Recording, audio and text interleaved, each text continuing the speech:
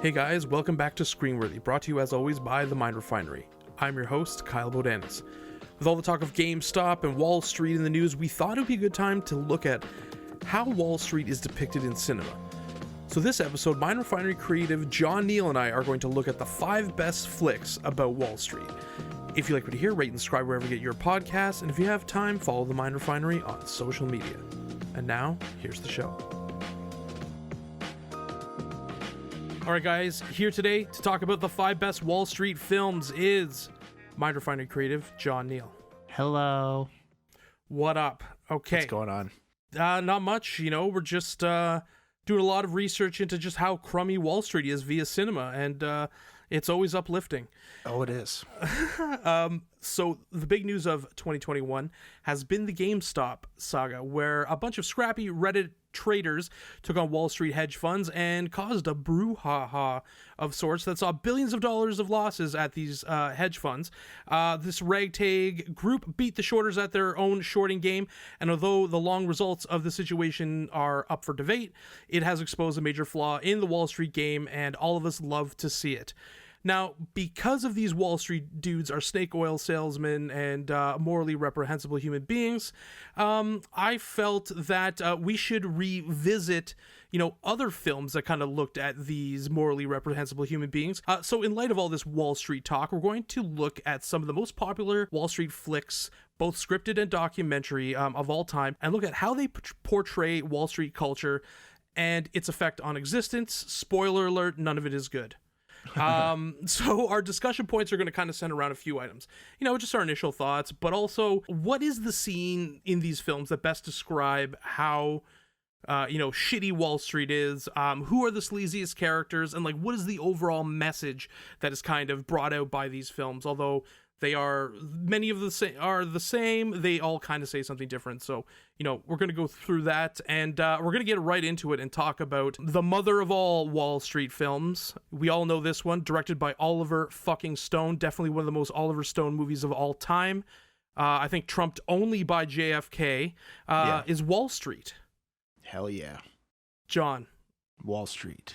What's your thoughts on Wall Street? Did you rewatch this movie for it? Yes, I did. I saw it once, maybe 10 or 12 years ago, and I haven't rewatched it since. But I actually enjoyed it a lot more the second time I saw it. It's a good flick. It is good. It is good. Yes, it's a good flick. So what were upon this watching? What were your thoughts on it? Well, it's a pretty it's a pretty gritty Wall Street movie, even just down to the camera style and just how that film sort of flows. I mean, what are my thoughts on it? It's sort of a great character piece for Michael Douglas, because he absolutely kills it in that movie as Gordon Gekko. I think he won an Oscar for that. I can't really think of anybody else who should have been cast. You know what I mean? There's always in Hollywood lore alternative casting things that come up, but I can't. He is so spot on with it. Yeah, I can't picture anybody else playing. No, he's so good with it. Whereas Charlie Sheen, I could see anybody in that role, and it would probably be the same movie.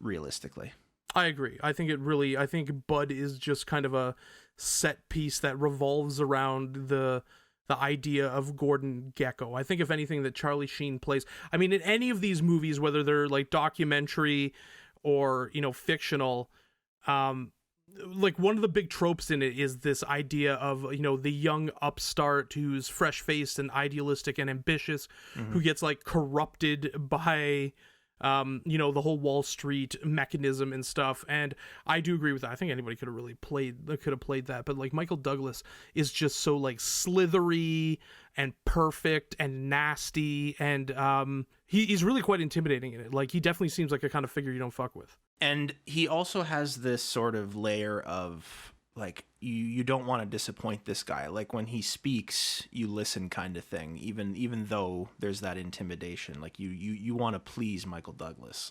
You know what I mean?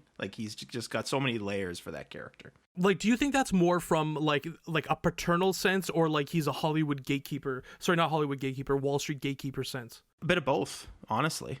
Because I think that's part of his sort of, at least the thing that Bud is drawn to as well, as his mentorship and sort of his, putting his arm around him. He's part of his inner circle, because I think he just as a business person, like initially in the movie, he really respects him just because of the myths and well, not myths, but like his sort of vibe and how everybody talks about him and all this stuff. But there's definitely sort of a paternal thing, you know, as well, because his dad, played by Martin Sheen, is the complete opposite of Gordon Gekko, right? So it's sort of, because he's got that Wall Street mentality, there's a bit of that he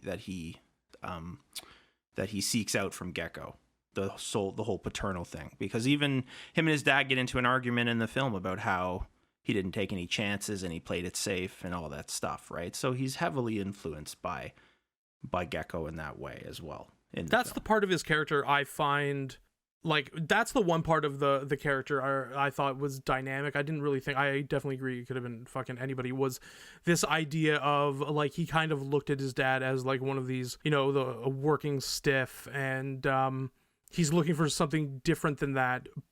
And I think you see that, like, with Hal Holbrook's character, like Lou Manheim at the beginning, and throughout it, because he's always kind of, like, being, like, you know, he comes from this idea of, as traders and what we're doing, we're actually helping build companies and helping people invest in companies. And, like, it kind of mirrors his dad, which is why he kind of is, like, ignores it and starts, like, moving towards more of the Gordon Gekko type. So he's always looking, he kind of thinks those people are schnooks, but then at the end he's like, oh yeah, this was an entire fuck up, and I just, like, ruined my life and the life of a bunch of other people. So, like, I thought that was really well done. I thought that I think there's just so many scenes in this that are, like, quintessential and tropes that other movies that came after it have taken. Yeah. Well, like, it's really the first one, right? Yeah, to sort of do this. So, yeah. So what scenes do you feel, you know, kind of defines the Wall Street situation in this, and how, in its terribleness? In this movie in particular, I guess the first one I can think of is where they have the meeting with Blue Star. Like, with the inner circle of Blue Star. It's about, I think, 3/4 of the way through the film, or just past the halfway point where they talk about... Is this the greed is good scene? This would be after that. Oh, it's after that, yeah. Yeah, this is where they had just, like, the meeting with Martin Sheen and the heads of the unions. Yes. And they talk about how they're going to do it, and Martin Sheen's character just sees right through it, right? At the end of the scene. He sort of gets the big picture, right? Whereas everyone else is kind of drawn in by the numbers. He's the only one in the room that kind of plays the devil's advocate and sticks to his guns. And it's a direct, you know, clash of the two different sort of ways of thinking when it comes to money and when it comes to people. And, you know, it's Bud's idea, right? The whole thing was Bud's plan, and his own father sort of, you know, destroys that right in that scene. That one in particular, just because of sort of you get to see the two sides sort of banging heads, right? The little guy and the tycoon. And I think the point with that, just from, like, Oliver Stone as a filmmaker, is showing the two different sides of America, just in terms of, like, how they perceive you know, how America became, like, a financial superpower, like, a lot of it post-war in a regulated market, heavy into manufacturing.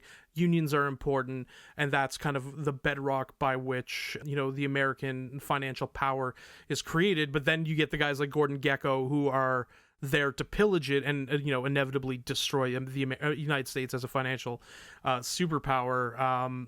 And it's interesting how he does that, because he's always playing with that. And I think it's good because, like, as you were saying, it comes after the greed is good scene. Like, for me, that was the one that kind of really, like, defines this, how shitty it is. Because, I mean, like, for a generation of individuals in Reagan's America, it was, like, the quintessentially Oliver Stone example of how morally depraved Wall Street is. And then for the other half of a generation, it was, like, a justification for all the shitty things that they would do and, like, the blatant pursuit of wealth. They're like, yeah, fucking right, greed is good, and I'm gonna do this and do cocaine and bang strippers and put it on the company. And you know, like, I'm sure at the time this seemed over the top, and now looking back at it, it seems, I know, going through, like, .com bubble burst, financial crisis, you know, and we know that these guys are fucking dickheads. You know, they believe in social Darwinism, this Herbert Spencer opinion of that what they do is, you know, evolution somehow, and you know, like, referencing books like The Selfish Gene and shit like that as, like, scientific justification. I mean, like, Other than the greed is like the only one business type movie speech that's more famous than that, I'm pretty sure, is the Glenn Ross, Alec Baldwin speech. Yeah, I think so. Coffee's for closers. That's it. Like, other than that, like, people are, jerking off in their fucking trading cubicle to this kind of shit. You know what I mean? I mean, an honorable mention for me also goes to the Money Never Sleeps scene where he's like on the beach with the largest cell phone I've ever seen, being like, "Yo, if you want to get with Daryl Hannah, you bring in more cheddar," and it has this like Sith apprentice type situation. Like, I think more than paternal, it's like this like Sith versus not. Like, I'm wondering if that was like did they use that as a benchmark for it? Oh, always two there are. Yeah, always two. There's always two creepy fucks at every investment firm, at every holding company. He just fucking, it's like fucking Palpatine. He just kills the dudes in his sleep. Kills the dudes. What's Palpatine's fucking? Oh, Darth Plagueis. Darth Plagueis just kills him in his sleep. Yeah. Yeah, I mean, I don't know, for me, like, the sleaziest character should be fairly obvious in this. It's the king himself, Gordon Gekko. Well, yeah. That's the whole movie sort of centers around him. Yeah, it's a tour de force the whole fucking way, and Gordon Gekko becomes this, like, somehow people think it's good. That's the thing that always, like, I'm always wondering how, like, a generation of traders are like, yeah, this Gordon Gekko shit is awesome. I don't know. I'm like, you douche fucks. Well, to be in the 80s, man, honestly. Oh, it's Reagan's America. It's like fucking, if you can see an old man, just push him over and take his wallet. He's just taking up vital space. Greed is good. Fuck you. So, on that greed is good idea, like, what do you think this film's biggest contribution to the pop culture perception of Wall Street is? Well, I mean, I guess the big takeaway is that a few people can carve it all up. I guess, like, that's the number one thing for me, right? Is that just that? No, I think that's actually a really good point, because, like, as I was saying kind of earlier about, like, how the US kind of gained its financial power, and, like, all these companies that took, like, lifetimes and hard work to build, you get these raiders who just come in and kind of, it just takes two people to kind of destroy it. I also think it's maybe the first, well, I'm not, is this like 100% the first movie ever about Wall Street and sort of this kind of mentality about Wall Street, first of all? I don't think so. I think there's other ones. There's definitely more independent ones I was looking at, but I think this is the first one that really penetrates the, like, pop culture lexicon and Wall Street as an idea in entertainment. I mean, other than, like... Right. At least modern day sort of Wall Street as it's known, I guess, would be fair. Yeah, I mean, you're kind of pulling the curtain back on, again, like, it's Reagan's America and what Wall Street is, and, like, this whole we need to deregulate kind of thing.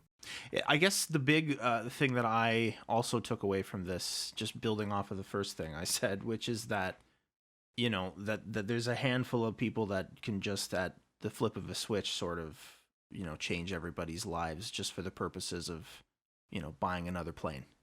Yeah. And I guess that's the biggest thing, because they kind of have the Terrence Stamp character in the film is sort of, well, he is a Gordon Gekko, but doesn't exactly go as far as Gekko. Like, when they go to him to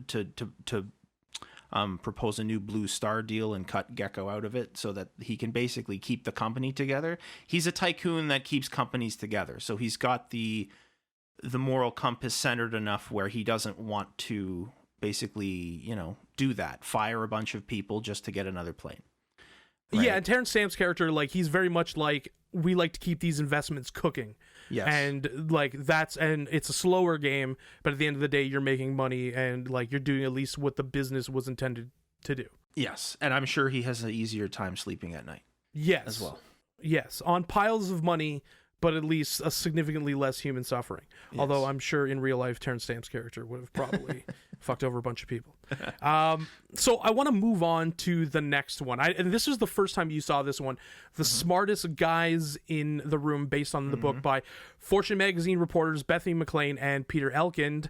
They basically created this whole article called, it was titled, it just asked a very simple question in the title: is Enron's overpriced, and it kind of like pulled back the veil on all this like financial chicanery that was going on in this company. And this was the documentary as a result of it, and both of them were in both reporters were in it. What did you think? It was great. I of course had seen other documentaries like Inside Job and things like that before I had seen this, so it was just more it was more the same, really, just as far as what like the heaviness of it and the implications for what these gentlemen did with Enron. But it was a great documentary. I really enjoyed how well it was put together, how easy it was to understand, because some of these things can be a little confusing if you're certainly not familiar with the backstory on everything, right? But this is pre-2008 collapse as well when this happened.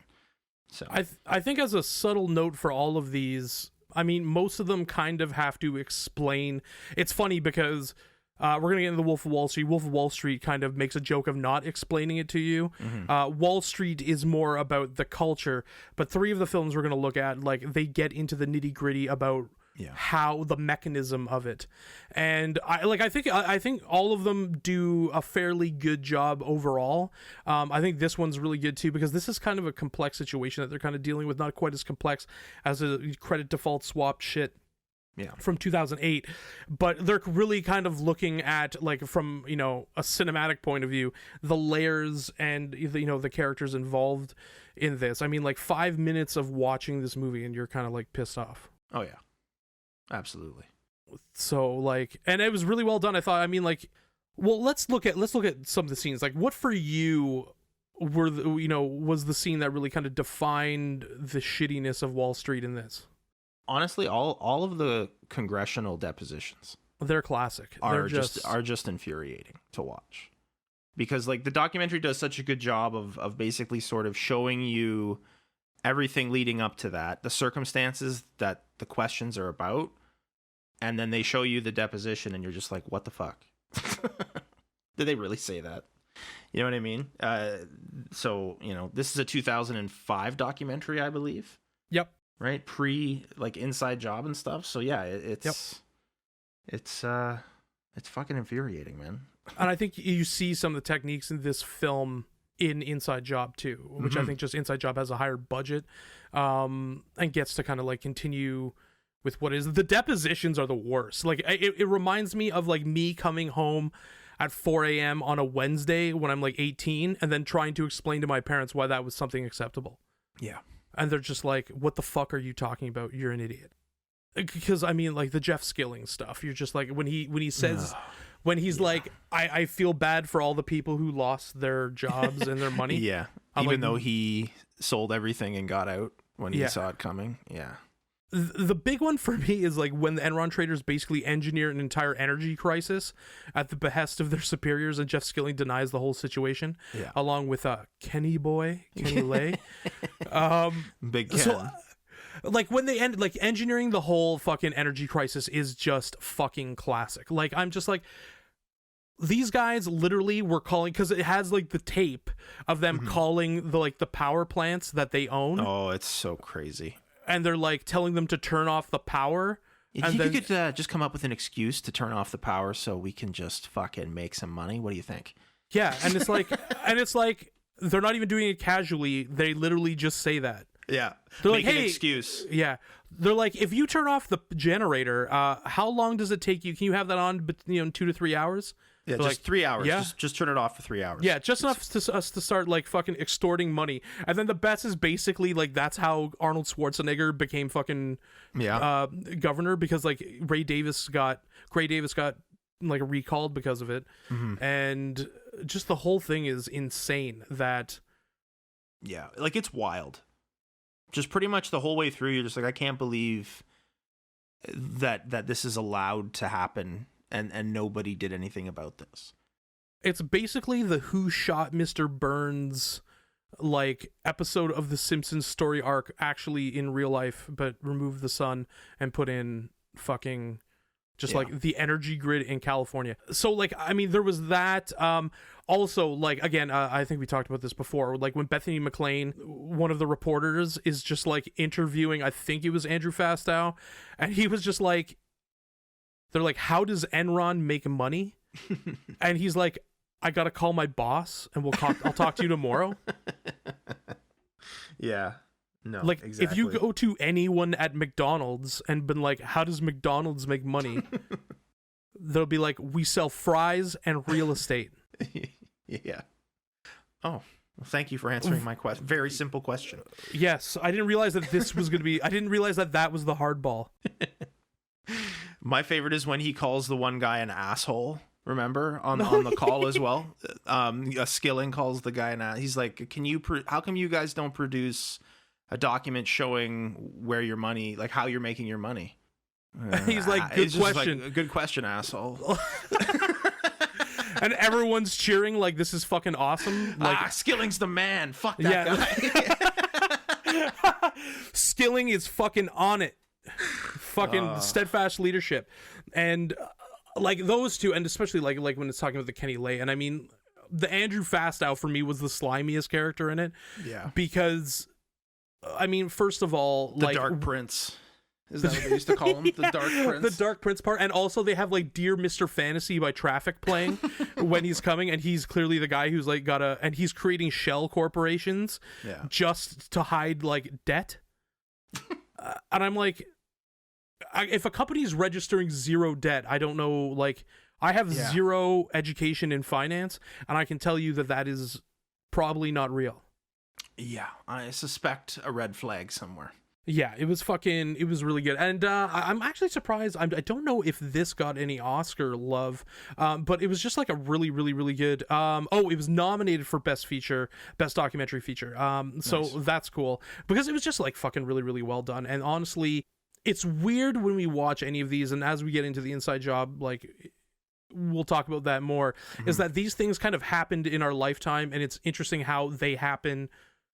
And they have massive ramifications on what you're doing, and then like the entire public has no idea that this shit is actually happening. Yeah.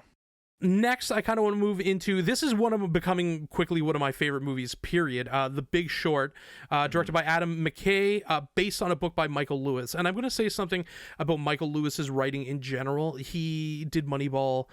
He did, what's the one with fucking what's her face from football?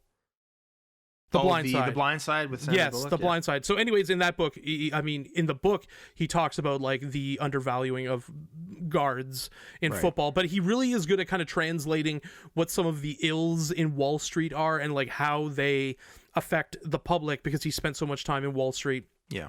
And I'd recommend anybody to kind of take a look at his books. They're really fantastic. It kind of boils the whole situation down and kind of shows... Like what I liked about kind of this movie is that it does show idealists in this. I mean, it shows the creeps too, but especially, with Mark Baum and like really kind of looking at these people who are seeing this horror unfold. Yeah. Who work in finance, but don't participate in the cynicism, and like, they're kind of powerless to do it. And all they can do is try to like see if they can get a little something out of it. Yeah. The Big Short. What's your thoughts? It's fantastic. It might actually be my favorite Wall Street movie of all time, just because it's so... It's a dark comedy. Like, it's a laugh out loud movie that has some serious shit happening in it. It's got some incredible characters, some just super quotable lines and memorable scenes in it. And it's got a feel of a documentary almost, in the shooting style, in the way that they present the information about what happened. Like it does go into detail about how all these things happen, and they do a super creative job in the scenes explaining how it is. One of my favorites is where they're talking about what a credit default swap is, where they're basically betting on the shorts, and then someone else is making a bet on that bet, and they're in a casino or something, and it's I think it's... And all the people are betting on what's going on at the craps table and stuff. Like, yeah. Like, I love that. Just scenes like that where they talk, and Anthony Bourdain doing the what's a CDO explanation, right? Talking about seafood stew and all that stuff, and it's great. Just the whole thing is fantastic. It's not day old. It's not day old. It's not old fish. It's just something new. Yeah, exactly. I definitely think one of the challenges in making that film is trying to get people to understand what that is, because it is super complicated. It is, and I think that's one of the things. Well, it's one of the things that makes that film stand out, is just how well they sort of did that, so that people could just completely understand what was going on, even if you weren't, understanding the numbers, which the majority of us, we look at a wall of numbers and just go, what the fuck? So, yeah. It's funny because, like, I don't think you can really comprehend what's going on in that film without the understanding. And I think that was probably the initial challenge for Adam McKay when he did it. Yeah, well, and also just to sort of, like, the characters in the film do such a good job of, reacting to these things. And then you as an audience member are kind of just like, with them as well, sort of reacting the same way, but it's great. Like Steve Carell, I think probably is my favorite character in the whole film. I think this is a super standout film for him. It might be his best role, to be honest. It's got to be up there. Maybe this and Foxcatcher, but he's really good in this movie. And also shout out Ryan Gosling as well. Ryan Gosling is fucking hilarious. Like the quant scene. And I love that there's also elements of improvisation there, because like when he's talking about the quant and the fact that his quant is Asian and that must mean he's good at math, and then like Steve Carell is like, well, that's racist. And it's like thinking what everyone else is thinking. I honestly, in terms of Steve Carell, this is definitely one of his, like Foxcatcher, he was fantastic as well. I think this is definitely one of the movies that really moves his chains forward in terms of where he is as an actor, and I thought he was able to do that well. In the book, it kind of talks a lot more about what's gone on with his kid. It talks about, with his brother. It talks a lot about that. Sorry, is it his brother in the movie? Yes. I'm trying to remember if it's his kid in the book, if it was, or one of the other, or I can't remember, but like it really does well. Like one thing I did like about the book a little bit more than the movie was that it went into that emotional thing underneath it, along with like fucking Christian Bale's character as well, right. Where it. But I think what I like about the Mark Baum character is that he really is not an idealist, but he doesn't.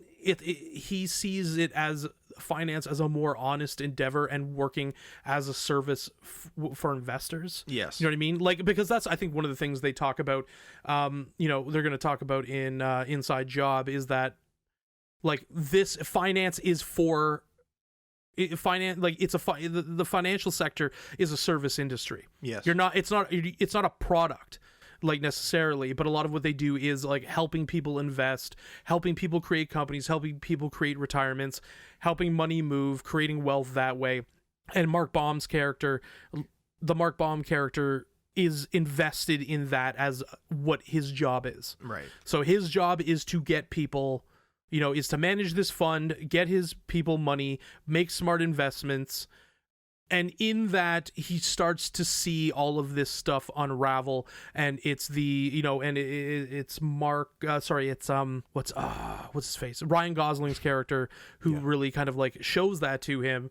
And it's funny when he's talking about how he's like, I almost respect him because he's so transparent in like what he's trying to do. Yeah. And would I buy a car from him though? Yeah, would I buy a car from him? No, but I like that. In this movie, it's not all of these it's not all of these necessarily negative characters, but it's people who are part of a system that is unraveling, and they're like, I can either take a piece of this, because these guys are assholes, or I can, like, it's gonna fall, the bottom's gonna fall out anyways. And I'm like, I can't even really imagine what it's like being in that position, because you're kind of like watching Rome burn as it's happening, and there's nothing you can really do about it. Yeah. It's a great film. What about the sleaziest character in it for you? Jeez. Oh man, probably the guy that he has dinner with. In Vegas? Yes. That's who I got. That's who I put. The CDO manager? The CDO manager, yes. That would be the sleaziest character in the whole thing. Yeah, it's this his character. I'm trying to remember what the name of the character is. Anyways, the actor who plays it is named Byron Mann. Guy's super talented. He's in other stuff too. He does a fantastic job in this scene because you hate him. Yes. And you're like, how can I fucking punch him in the face? And that interaction they have is awesome. It's like Yes. one of the coolest scenes, just because he is, at first he doesn't quite get that Mark Baum is disgusted with him, Yeah. and then begins to see it after a while, and then like is not apologetic about him being a parasite. I know what you're thinking. What the fuck is a synthetic CEO? I love it. CDO. What the fuck is this synthetic CDO? I love that. But yeah, it's a fucking crazy scene. When he realizes that everything, the whole global economy might just collapse. Bit of a heavy meal. Yeah, and he's like sick to his stomach, and like that whole in Vegas situation, because Ryan Gosling's character is kind of like showing him this, and then he goes to that like little meeting Yeah. meeting where he asks a question even though it's not time to ask questions. He just stands up, and when the guy's talking, he's like, I have a question. And the guy's like, you must work for Bank of America. And then everyone laughs, and you're just like, wow, I'd love to drown every single person in the room. That would be fucking hilarious. It's an incredible movie. I definitely recommend anybody to watch it. And then like if you haven't read any of Michael Lewis's books as well, I definitely recommend it. Let's talk about Inside Job.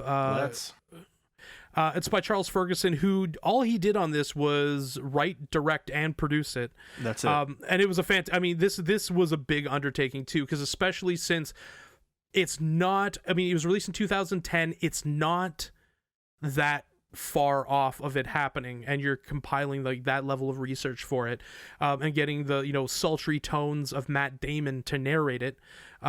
This is the other flip side of I think in terms of like financial documentaries, this is probably the other of the best ones. It was just very well done. Like, what was your thoughts on it?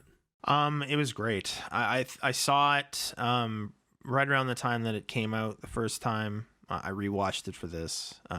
It's fantastic. It's a super hard-hitting documentary that, unlike The Smartest Guys in the Room, which is about sort of one company, they touch on the sort of culture of Wall Street a little bit in that, but they did a better job of sort of broadening that out in Inside Job and sort of talking about how everything basically accumulated to get to the point where it crashed, starting all the way back from the Reagan era forward, and how deregulation started, and then basically the end result of that is basically this crash. And they did such a really, really good job of explaining all of the different stages, how they got to that point from basically the ground floor. One of the things that it kind of explains really well is, it kind of explains the flip side of what The Big Short looks at, where The Big Short looks really into the mechanics of it, and it does it as kind of minutely as it can for a film, especially a fictional one. But Inside Job, it does that, but it really focuses on the idea of interconnectivity and why that's dangerous. Mm-hmm. Like when they make the, when they make like the example with the boat with the different compartments, and like the oil sloshing around. Yeah, Soros, who's apparently, according to QAnon, part of a Jewish conspiracy to dominate the world. So look out for that. It'll get you every time. Like that was the part I thought was really cool, because like I think if you want to understand the 2008 financial crisis in layman term, without being into finance, just so you're informed, I would watch The Big Short and Inside Job together, which is kind of why we did them one after the other. What for you was like the most chilling part of it? Oh man, like it's all pretty chilling. I think just like you sort of, I guess the whole bit about Alan Greenspan and how they're just pushing for deregulation, and you can just see exactly where it's going. Like the oversight just completely disappears, and what you're left with is just, this looming crisis. And you can totally see it coming, like with hindsight. And I think the documentary, as soon as that sort of part started coming out, and then they started going on about deregulation and how all of these guys were, getting government jobs and going back and forth. Like it's fucking, the whole thing is just, set up, right, to make money for Wall Street. And I think that was just that was really sort of like that, like 15-minute stretch there sort of was my favorite bit of the whole thing.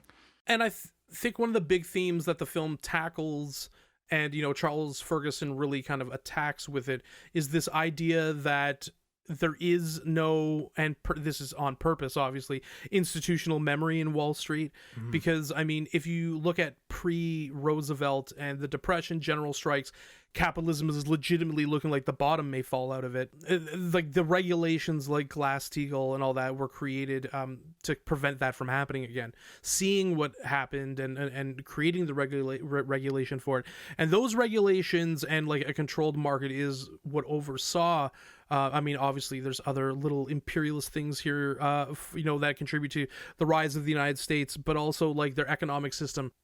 At least it tried to maintain a level of not falling fucking apart. Obviously, it was greed. The people, there was always been difference between rich and poor, but there's this idea of we need to correct the problem at least. But this film creates this idea of no institutional memory where they forgot, obviously, what happened with the Great Depression.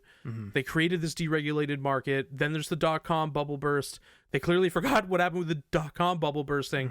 And then there's another financial crisis. And then, then all of a sudden Obama's people, like Ben Bernanke and all them, are involved in it. And that's kind of what I liked about it, is too that I didn't try to just hang it on Republican governments, although it does take them to task. Yes. But it also is like, listen, this Wall Street thing is beyond party, and it's like more of a class thing that, isn't really going to stop because a certain government is in power. Yeah, exactly. It's Wall Street is paying for the government.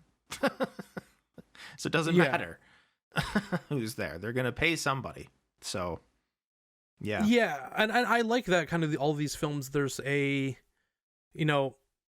there's different thematic elements that kind of come to tell like that narrative of it, because I think whenever you're doing any kind of genre film, whether it's documentary or fiction, there's always the problem of retreading what and the same message and the same information, and like how that manifests itself. So I mean, that's one thing I thought that this did good, is that it didn't kind of retread where the smartest guys in the room came from, or like any of its like predecessors, that it really kind of stuck out with a minimal amount of time from when it happened to kind of like assault what this problem was. I mean, I believe it won the Oscar for it did. For best documentary. Yes, it did in 2010. Another thing I actually really liked about it, that I was reminded about when I watched it the second time, was how well they get pressed for questions to be answered in this. Like there are moments in this when Charles Ferguson really does kind of call them out on their shit during the interview. And that's not something I'm used to seeing all the time from an Academy Award winning documentary like this. Yeah, that one guy from the Bush administration, who was one of the financial advisors of the Bush administration, where he's like, you have 3 minutes, take your best shot. Yeah. I did this as a favor to you and all this kind of shit. And I think, because like seeing interviews with Charles Ferguson, it was like a kind of a project of inner rage. Yeah, and it felt like that. The whole thing kind of felt like that. Actually. Yeah, it was definitely more. Whereas like the smartest guys in the room is more analytical and more like kind of diving into this massive amount of corruption. This film definitely feels like it comes from a place of rage. It comes from a place of, we've been here before. Why is this happening again? And he doesn't let people off the hook. I think that's a really good point with that, because it's got to be difficult and uncomfortable to do it. You know what I mean? To kind of prosecute this kind of, and one of the guys even says this isn't a deposition, but I mean, if you're going to be asked about a financial crisis that you took part in, what do you think the interview is going to be like? Yeah. Seriously, though. So, like, for this, it's not just good filmmaking. I think, like, the editing in it is also fantastic. Yeah. It's really good. Because it allows it to be fresh without, and it moves well. Because, like, this kind of shit can get tedious. You know what I mean? Oh, yeah. Well, that's what I mean. Like, the reason that we picked these two particular documentaries is because I feel like they do a really good job at explaining everything. Explaining the nitty-gritty statistics on a level that you can completely understand what's going on. And then once you kind of have that, then they really push specifically with Inside Job, they really push the emotional factor of, this collapse. and how it affects everybody, and how a group of people basically, willfully knew what was going to happen, didn't care. I mean, for me, the big part that, like, the most ridiculous, and this is also like my sleaziest kind, is Richard Fuld, who was like the Lehman Brothers. Yeah. Who was like the Lehman Brothers CEO, and he talks about, like, they talk about how he's spending the minimal amount of time. Yes. He's spending the minimal amount of time interacting with people, so like he just basically manufactures his day to just like go from one thing to the other, like only being exposed for like minimal amounts of time. I think they said, what was it, 2.5 minutes or some shit? Yeah, they spent. He gets in his elevator that goes right up to the 33rd floor, whatever the fuck it is. It's just right up to that floor. He's got his own private elevator. Yeah, the opening is actually kind of what I love the most too. Is it opens up with this little case study about Iceland. Yeah, and I'm like, it's kind of like Iceland's like the little bud, like from Wall Street, but it's like the country version of it, where it's like, hey, we want to kind of like get in on this big capitalism thing, and we have normal markets, and then it like loses its soul and then turns into a giant piece of shit. Yeah. Because it was listening to all these people who felt that like deregulation was the way to go. So I thought like the ability to open that with like this idea of opening it with a case study but making it interesting was really good. Also like the Fabrice Touré part where they're talking about how the securities are shitty. Yes. And then like they sell them to people anyways and then go in turn short them. Of course. And and in the deposition they're like asking like, would you like, do you think it's a conflict of interest to say that something is shitty, then try to sell it to your customers and then short it? And he's like, well, it really depends on the situation. And I'm like, these guys are fucking like, what? It certainly does. Depends whether or not you can. It's like, I give you a hockey stick and then I go to someone else. I'm like, bet you $10 that thing breaks. Yeah. Because I just sawed it up a little bit and then it fucking breaks. And it's like, oh shit. Wow. Like, just, as I said, in both of these movies, it's the depositions that are really, because they're like teenagers being questioned about something, but they have no fucking, but like, they have no answer for it. They have no answer for it because the answer is, we're shitty. That's the answer for it. Yeah, the answer is, we're pieces of shit and we did it because we wanted to make money and fuck everyone else. Yes. Because we're fatalist. That's literally what it is. So they can't say that. They can't say that in front of Congress. I'm a piece of shit. Oh, well, I'm glad we got that cleared up. Can I go home now? At least the Enron guys went to jail. Yeah. Well, I mean, the whole Wall Street thing, that's part of the infuriating thing with it, right? That's the whole thing, is that nobody really went to fucking jail. Yeah. Like my favorite is when they're talking about Paulson, Hank Paulson. And they're like, he's the luckiest one of them all. He had to sell all of his stock in Goldman Sachs because he went to work for George Bush. So he sold like $236 million or something like that. And obviously didn't lose a penny of it before 2008. And then, he went to work bailing out the banks.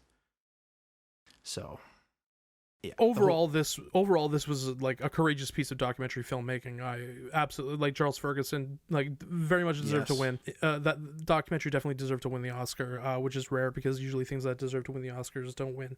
It's shit. It's a very sobering documentary. Yes, and it's just kind of okay, so this is what we're dealing with, kind of thing. This is what we're up against, or people like this. So okay. And our final film is the opposite of sobering. In fact, that nobody is particularly sober in it, and that is Martin Scorsese's tour de force of Jordan Belfort, The Wolf of Wall Street. So, I mean, we all know what we think about this movie. Obviously, we love this movie, and it's ridiculous. I got a question for you about this movie. Does the ridiculous... Because there is a very... Like, people... I think that some of the criticism of it was that people were trying to say, oh, this, like, almost, like, glamorizes... this glamorizes the whole situation. I'm like, I don't know if it glamorizes it. I think you're missing the point, is that this is a world without consequences. Yes. You know what I mean? Like, that's the whole point of it, and it is a dark comedy, supposed to be looking at that. In, like, for me, it kind of hits the same notes as, like, Dr. Strangelove. Yeah. Where it's so ridiculous and over the top, but it says something about it. Like, what's your thoughts on that? I think initially, my thoughts about it when I first saw it was I could see why people say that, but it's one, you read the book. I read Wolf of Wall Street. It's even more ridiculous than the movie is. It's first like of all. it's actually ridiculous how It's crazy. It's nuts. Like everything that happens in the movie is exactly how it happens in the book, like on the page. And then the book, like I said, the book is even more ridiculous. Like it's so much more crazier than the movie. They had like a 6-hour cut of it initially. Well, I mean, I'm sure Scorsese wanted it. It's completely necessary. Yeah, it's for sure. It's the quickest 3-hour movie I've probably ever sat through, to be honest with you. Like as far as the pacing of it went, but sorry, back to the original question. You watch films like Inside Job, and it's like they talk about Wall Street dudes doing everything that Leo does in this movie. Like prostitutes, cocaine, fucking spending gratuitously on the most ridiculous shit, not giving a fuck about anybody while doing it. You know, they talk about it in Inside Job. They talk about it in The Smartest Guys in the Room. Yeah, like The Big Short, it's sort of like a cliche trope, I feel like, when we talk about Wall Street lifestyle and Wall Street culture. This is the film, though, that basically just puts it out there for what it is. It's ridiculous. It's crazy that these guys do this kind of shit, but it's 100% accurate based on everything, all the information that we have. And it's not the only film that's sort of done this, or at least brought to attention what these guys get up to, you know? So all of these films have some element of it, less so Wall Street, because I think that's more centering around Gordon Gekko, and he like relies on discipline, but it's still there. Yeah. But like Inside Job, they're literally talking to a madam. Yeah, 100%. And they're like, oh yeah, no, I got business cards for every major investment bank.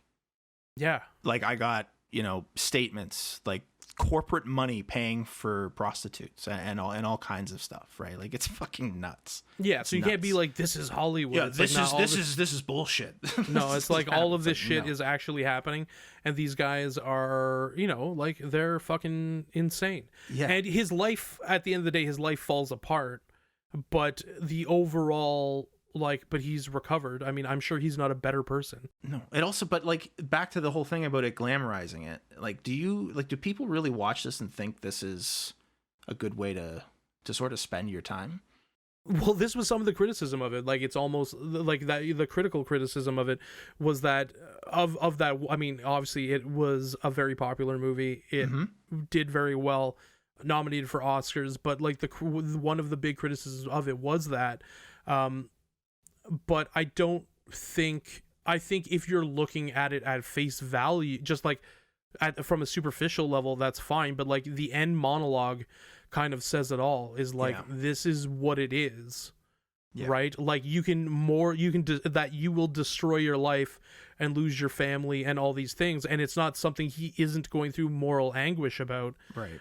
But at the end of the day, especially when it shows like the police officer, like the FBI guy on the subway at the end as well, is that it speaks volumes about what is kind of valued in the United States. Yes. And like in any Western power, but more so like in that environment. And like I think it's very transparent about that this isn't good. They make it funny because it's supposed to be a dark comedy, but like the Cold War wasn't funny, but Strangelove was hilarious because all it did was it talked about it's surrealism. It's the ludicrousness of it. I would also like to point out that just because something is entertaining doesn't mean it's glamorizing it.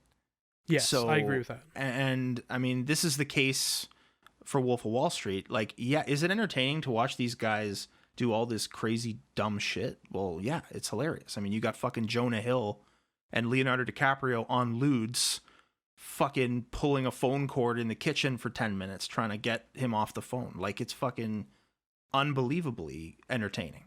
But one's like, I gotta do this. You know what I mean? Oh, like, man, well, Kyle, what the fuck are we doing here? Like, let's go get some lewds and fucking do this shit. Why aren't we on lemons getting fucked up, ruining our marriages? And I think it's just really entertaining. And it's not glamorizing anything. It's just entertaining. That's it. It's fun to watch bad people do stuff. Yeah, well, of course it does. But, Scorsese always gets asked this question about a lot of his films, same thing with Goodfellas, right? Are you glamorizing the mob? It's like, well, it's always more interesting to sort of view the world through a lens that you'll never get to experience yourself, in particular being a gangster or being a fucking, Wall Street heavyweight that's pulling in all kinds of cash and just living frivolously. Like, of course it's interesting to see what actually goes on, but yeah, I'm not going to go out tomorrow and fucking act like that. And I think the part that people also overlook too is like these are based on books. Like if you look at Goodfellas, right? Like this is based on a lifestyle that is very much outlined, in Henry Hill's book. Yeah. Like this isn't. It's not like. And even it's funny because when you like, for example, like using the Goodfellas as an example, if you listen to Richard Pryor talk about in his comedy about these guys, they do funny shit, but it's about the whole thing is about like it's the absurdity of it, right? Yes. And absurdity has been in satire since satire started. Yeah. Right? Like it was in Inferno by fucking Dante, moving forward, you get it with fucking, Jonathan Swift in Gulliver's Travels. You get it with fucking, Mark Twain when he's not being, situationally racist for his time. You know what I mean? Like it's there. I mean, and like even Jon Stewart, someone like him, whenever like you're putting a mirror to what is happening in society, there is going to be a ridiculousness of it. And you, at the end of the day, you're not going to get the message across unless this is like very few people outside of Woodbridge looked at Goodfellas and were like, this is something I need to participate in. Yeah. We should all get together. We'll meet outside the Fortinos and we'll fucking decide how we're going to start our own crew. We're going to fucking Kimiso Bakery and this is what's just going to happen. We're going to get the Meatball Hero and we're going to fucking do this. Yeah. So what for this was the scene that like defines how shitty Wall Street is in this? I mean, there's so many. Probably the first scene where he talks to his new crew, and where they make that first phone call about like when he first gives them the script in the old mechanic's garage, and he's got the guy on the phone trying to wheel him in for 10 grand of a blue chip stock, and he's basically explaining to them how they're going to basically steal money from everybody.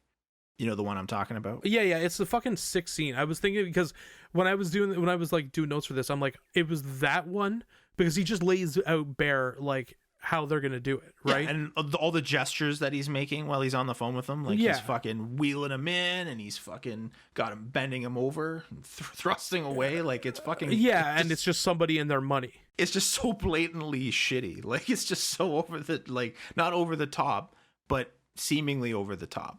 And just like, wow, like it's just on the other end of the line, there's just 20 dudes standing around watching you fucking lose your money. It's fucking crazy. For me, the Matthew McConaughey scene, that one is just classic. He's like, because at this point he's that fresh face guy still. Mm-hmm. He's like, you take drugs during work. He's like, Tootski? He's like, yeah, like. He's like, of course I do. He's like, you jerk off during the day? It's like it's like this whole fucking thing. And, it's that scene. And then the one where he's like talking to them about being like telephone terrorists and he's rallying them all. And it's almost like the fucking Nuremberg rally, for Christ's sakes. And like, that's a big thing that's kind of perpetuated throughout all of these films to an extent too, is the culture that's created of like, it's like this machismo culture where, it's like, this is what we're doing and it's us versus the world, and taking other people's money is like part of it, and we're happy to do it. And then like he pretty much gives the greed is good scene too. He's like, well, what are you gonna do? Are you gonna stay there and be in debt and be in this, or are you gonna fucking do something for it? And that do something for it is committing financial crimes. Yeah, well, there's no nobility in poverty. Exactly. It's like the new fucking greed is good. Yeah. And then just to wrap it up here, who is the sleaziest? Is it Jordan Belfort? Is there worse? I was going to say him because, I mean, he's a perfect contender for it. Jonah Hill's character is pretty sleazy.